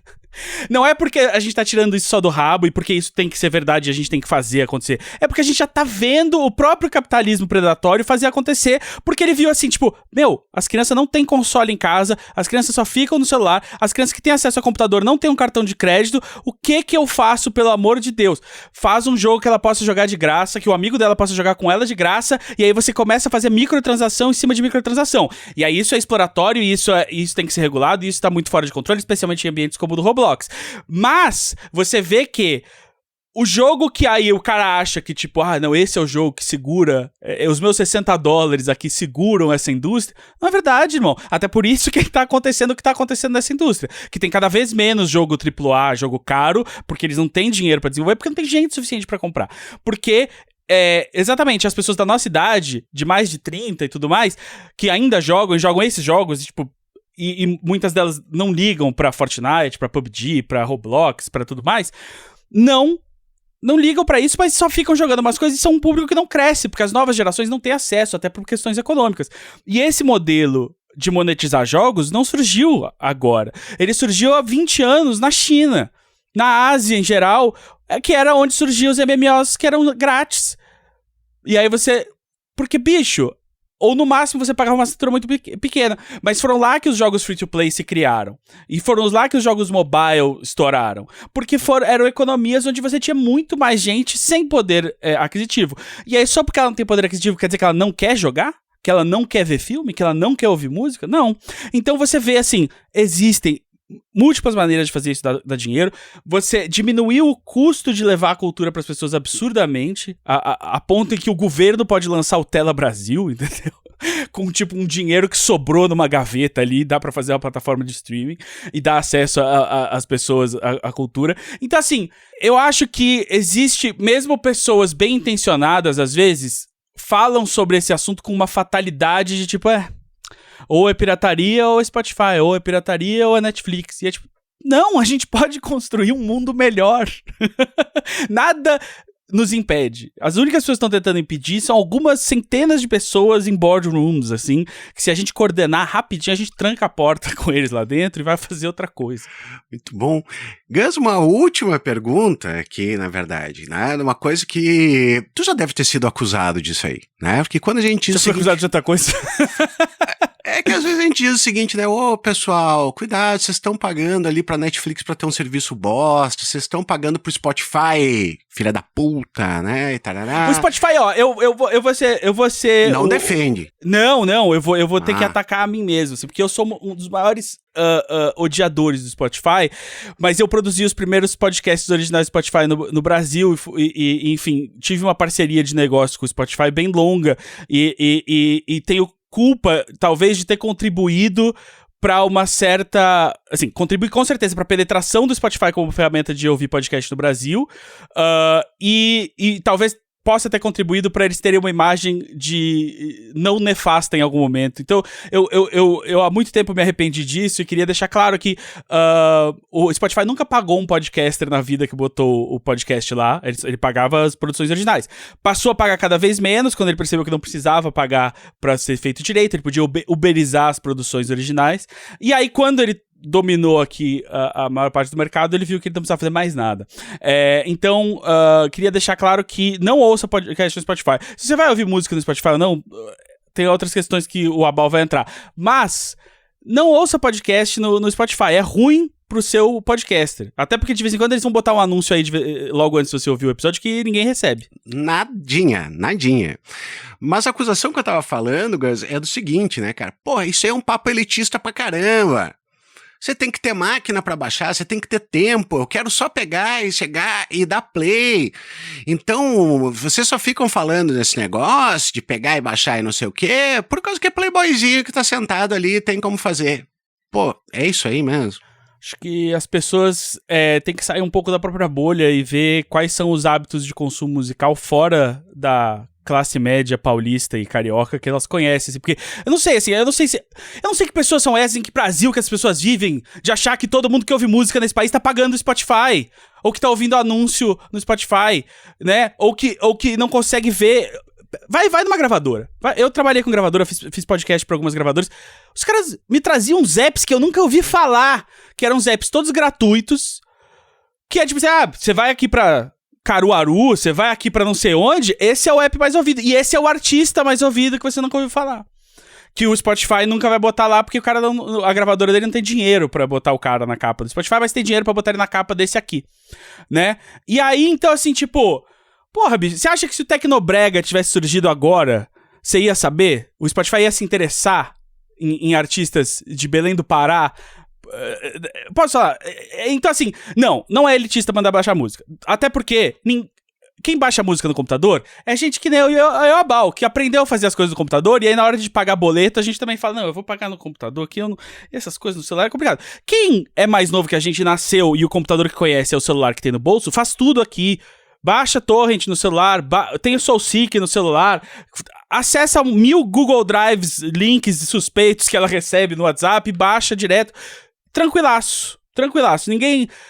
Baixar a música, fique tranquilo. Esse não é o elitismo, amigo. Fique tranquilo. O elitismo é a outra parte que o Abal tava citando, talvez, que é isso é tudo uma qualidade bosta. Se você não tá ouvindo FLAC 24 bits, você é um merda, ouve o que você quiser. Eu sou o chato que fica vendo filme 4K Remux e FLAC 96. Uma vez o Gus fez isso aí, né? Ele disse, não, inclusive eu tenho aqui, isso aqui é 50 GB. Eu digo, caralho, assim...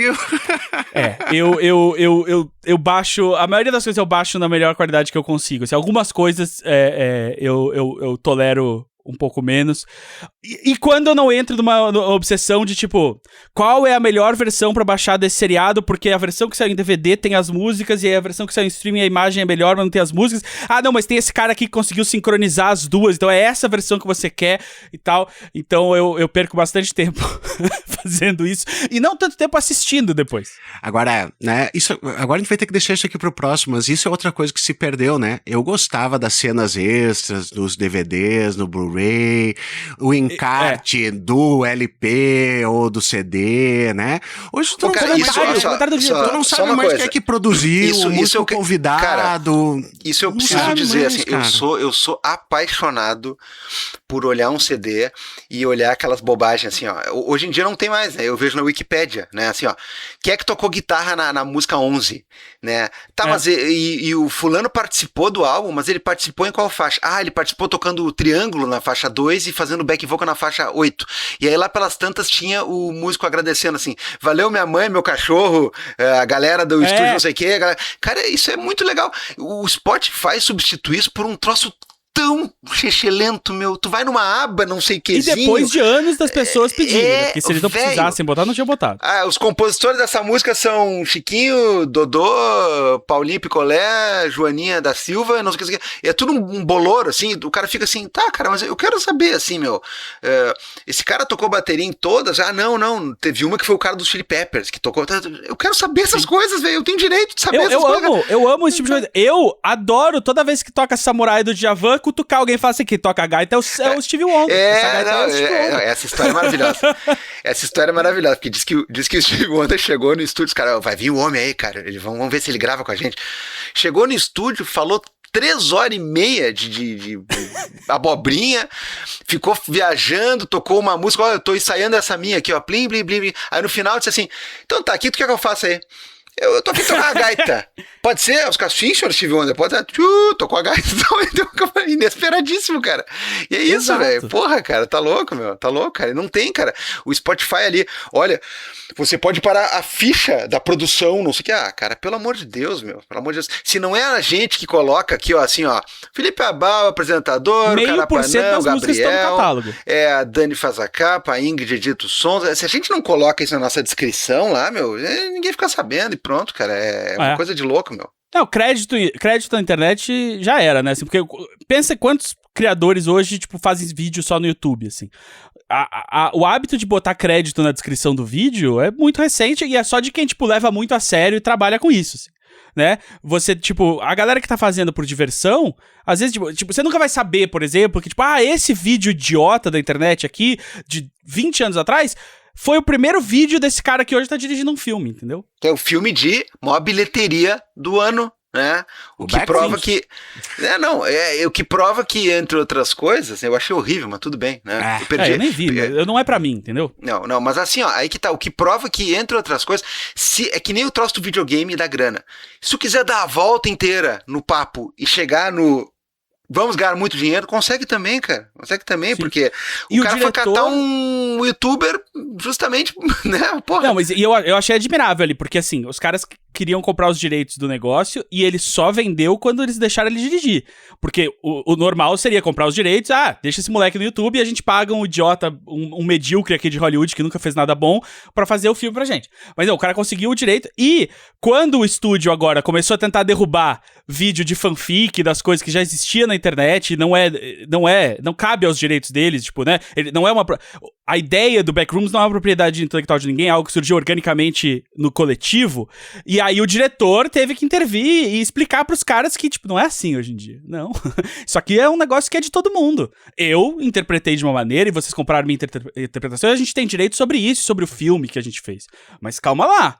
Vocês não têm direito dessa foto, desse papel de parede aqui, entendeu? Isso aí renderia toda uma outra discussão, porque, cara, o que eu tenho insistido nessa tecla nos últimos tempos não tá no gibi, velho.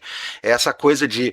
O capital ainda não sabe não sabe como ele vai explorar, né, esse tipo de trabalho coletivo que reside num meme ou num viral, por exemplo. A única forma que ele tem para explorar é fazendo essa moda tosca. Eu comprei a ideia chamada Backrooms aqui, agora se você inventar que você viu um fantasma à noite, você paga pra mim, o cara vai tomar no teu cu, velho. Tá? Sim. É absurdo, cara. E vem desse medo do risco, né? Que aí agora tem um monte de estúdio comprando direitos de outras lendas urbanas internéticas, porque eles acham que, tipo, porque é o único jeito de um idiota de terno falar, tá bom, pode ter o dinheiro aqui pra fazer um filme aqui. Porque se tu não comprovar pra ele que tem 1000 anos, de 1000 views, de 1000 coisas, então pode chegar pra ele e dizer, eu tenho uma ideia e eu queria que o estúdio acreditasse nessa ideia, investisse nessa ideia comigo. Como sempre teve que ser, né? Quando você não tinha como tentar confirmar que as coisas...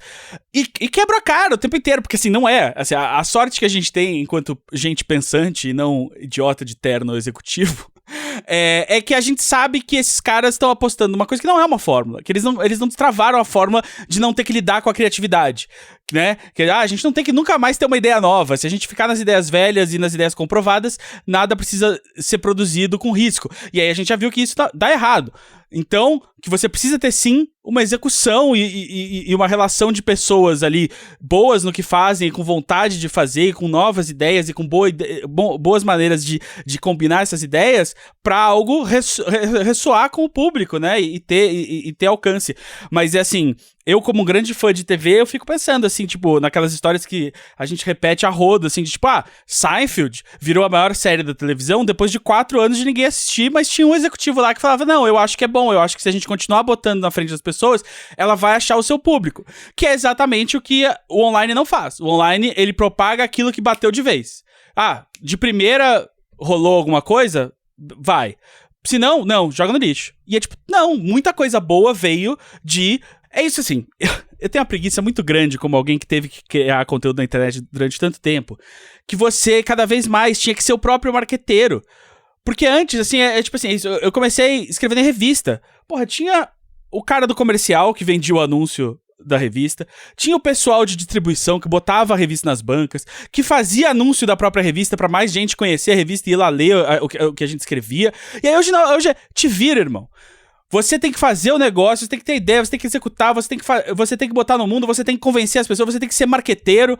Eu não sou marqueteiro, eu não sei fazer isso. Entendeu? Então, e aí você pensa, quantas pessoas hoje não vão ter as oportunidades que eu tive, porque elas já nascem num mundo em que ela tá competindo com todas as outras pessoas da geração dela. Pra ser visto no TikTok, pra ser visto no Instagram, pra ser lido num blog, num newsletter, num e-book, entendeu?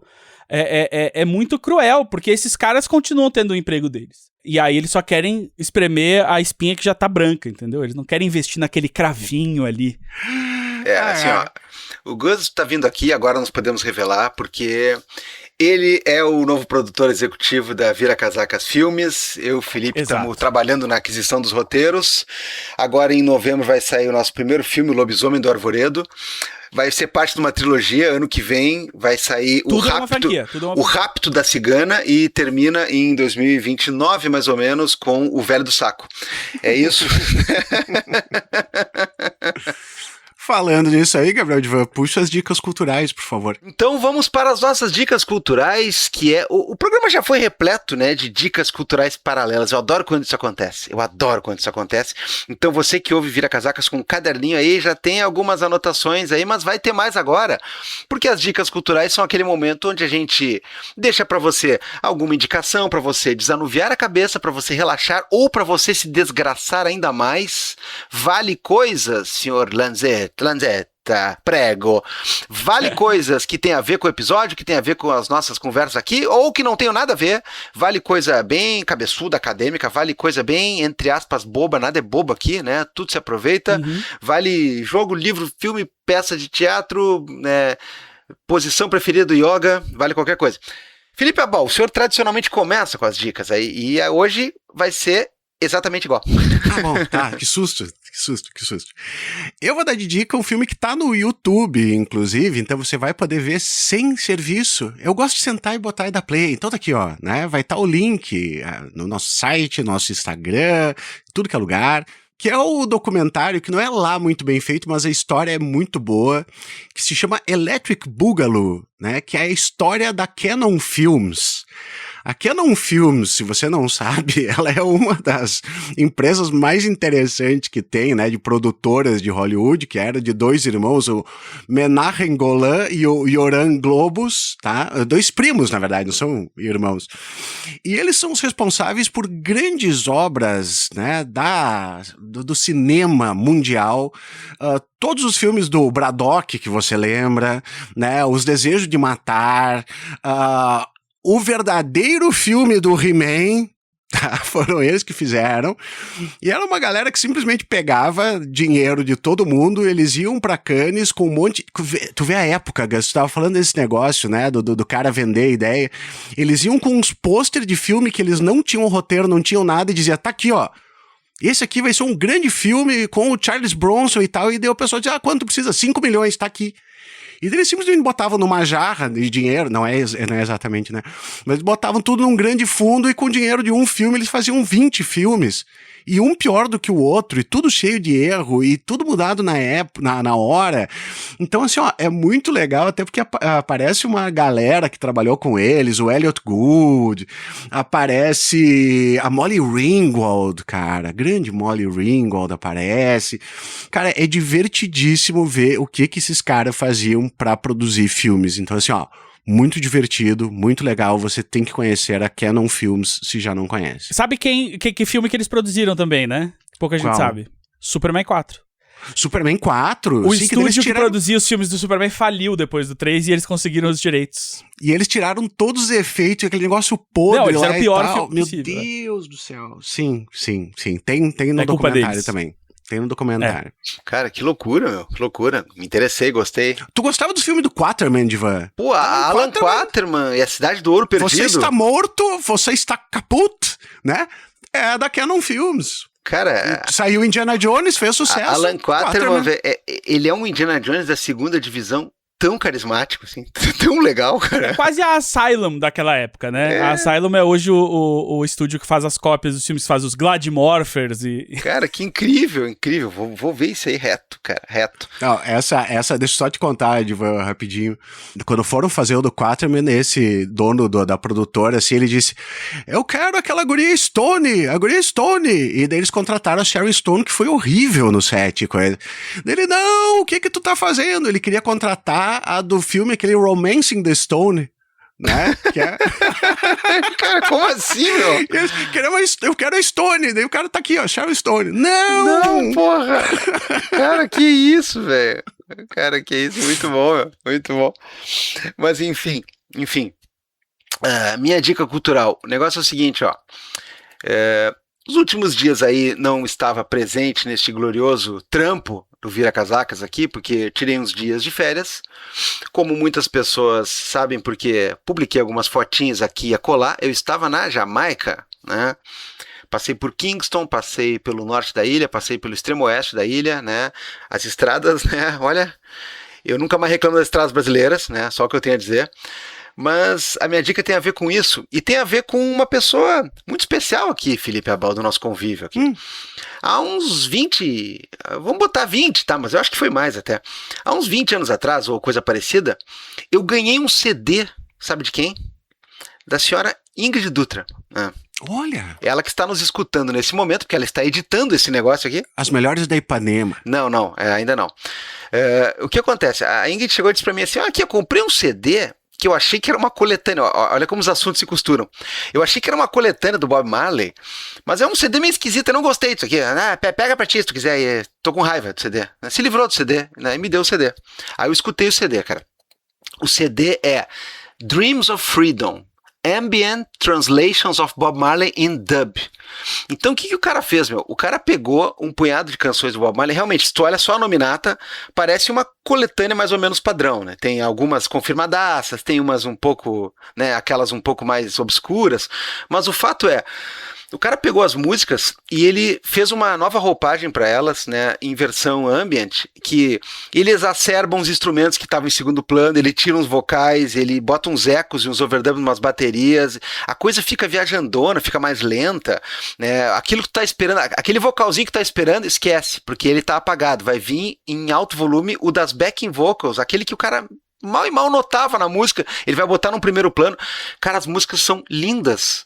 Ficou absurdo aquilo, cara. É pro cara botar de noite, assim, curtir uma vibe. Nossa, cara, por muito tempo foi meu CD de ninar esse aí, cara. Eu botava aqui, né, e embalava junto.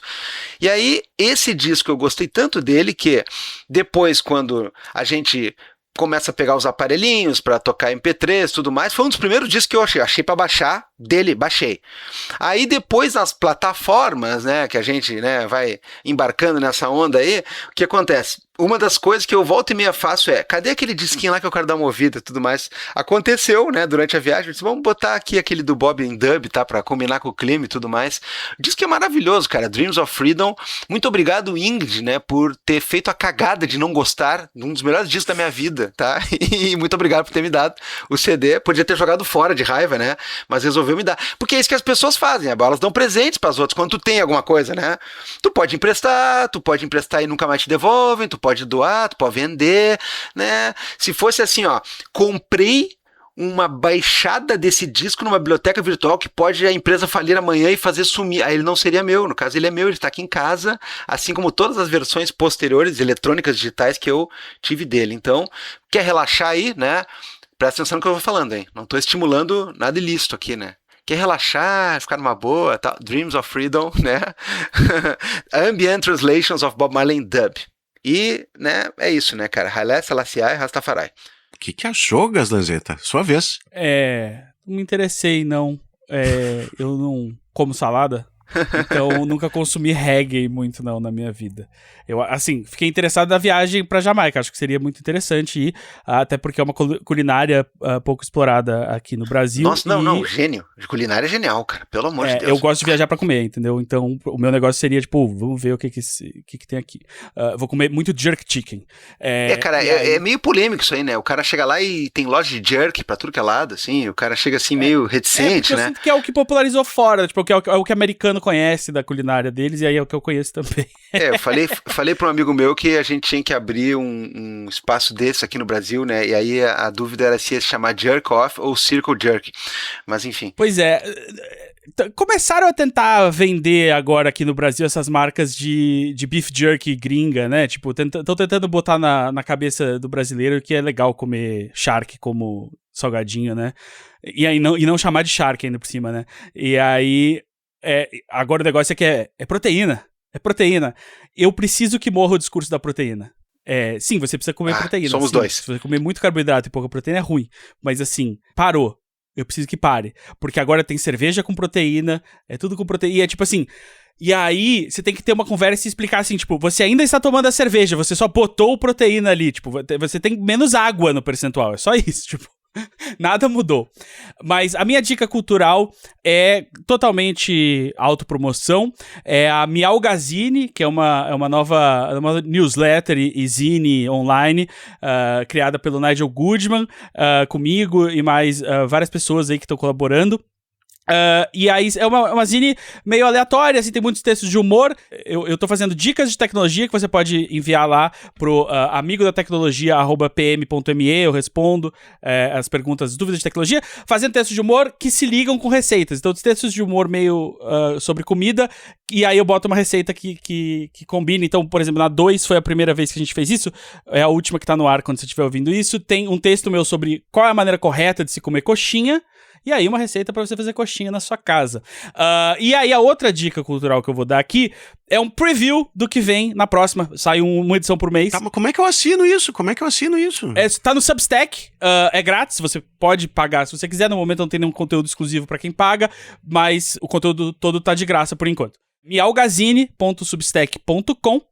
Todo mês vai ter uma fresquinha, já tem 2 pra você ler.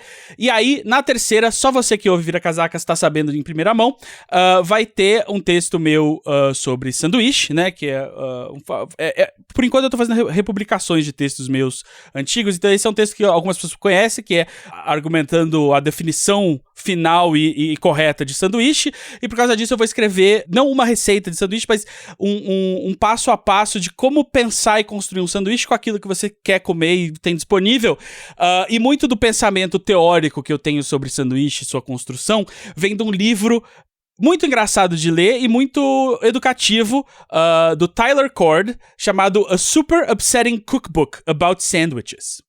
É um livro de 2016, se não me engano. Enfim, tem pro Kindle o livro. E se você lê em inglês, quer ler um cozinheiro falando centenas de páginas sobre a filosofia que ele tem na hora de construir um sanduíche, e nisso testando diversas receitas, te ensinando várias coisas que você pode botar num sanduíche, e quais elementos o sanduíche precisa ter, eu recomendo muito esse livro. E esse livro é muito da base do que eu vou usar numa das coisas que eu vou botar na minha Algazine 3.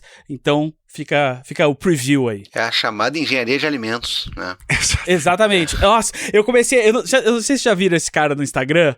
É um cara que... Ele é um engenheiro de alimentos e ele começa todo vídeo falando assim: eu sou fulano de tal e engenheiro de alimentos. E não sei o que, hoje eu vou explicar...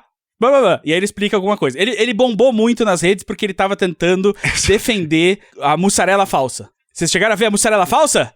Vocês não viram a mussarela falsa? A outra dica cultural é procure mussarela falsa no Blue Sky ou no Google, sei lá. Veja as pessoas que rolaram, porque as pessoas descobriram que existem empresas fornecedoras de ingredientes para restaurantes e tal, no caso, principalmente pizzarias, que vendem produtos similares a queijo para os caras substituírem a mussarela, porque ele derrete, puxa igual, só que ele não é um queijo, né? Ele é só um derivado de laticínios, uma emulsão ali de gordura, laticínios em pó e tudo mais, para fazer, tipo, meio que um falso queijo.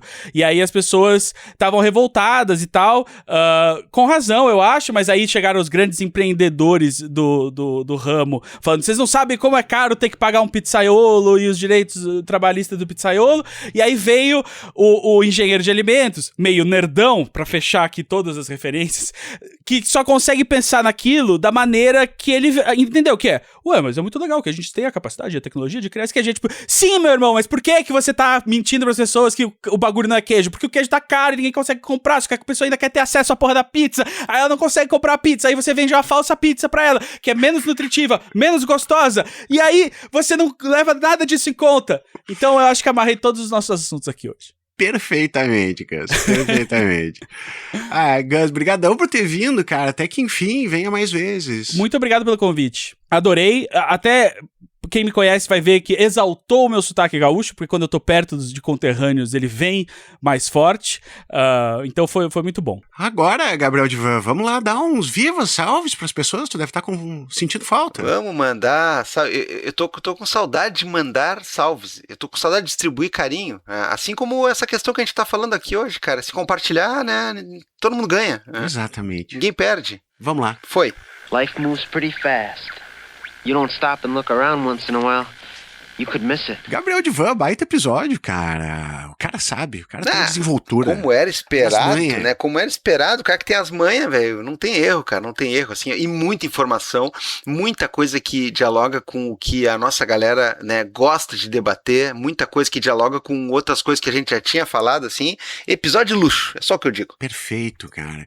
Agora, Gabriel Divan, eu não recebi nenhum pedido de salve, vou ficar na sua dependência ali. Me diga, você que está retornando, quem é que merece um salve? Bom, em primeiro lugar, quem merece um salve é Jah Rastafari, né?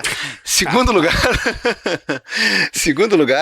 quem merece um salve é o grupo de pessoas que, com lanterna do celular, porque ainda estava escuro, saiu caminhando passo a passo pelos trilhos da composição de trem que explodiu em São Paulo, ainda na calada da noite, porque tinha ido trabalhar e tinha que andar com calma para não pisar nos trilhos eletrificados, depois de ter escapado de um fogaréu por uma empresa privatizada, né? No primeiro dia de operação. Essas pessoas merecem um salve. Outras pessoas que merecem um salve são aquelas que, com as recentes cheias do Rio Grande do Sul aí, tiveram casas, tiveram bairros, tiveram propriedade, automóveis, tudo alagado, por conta, entre outras coisas, de políticos que estão vendo isso acontecer absolutamente todo ano, né? E não fizeram nada. Só uma ressalva, né? Tem parte dessas pessoas que ajudou a reeleger esses políticos aí. Então eu vou deixar em stand-by esse salve para alguma parcela da população, ainda que ter a casa toda fodida e alagada, né, por barro, ninguém merece, né, enfim.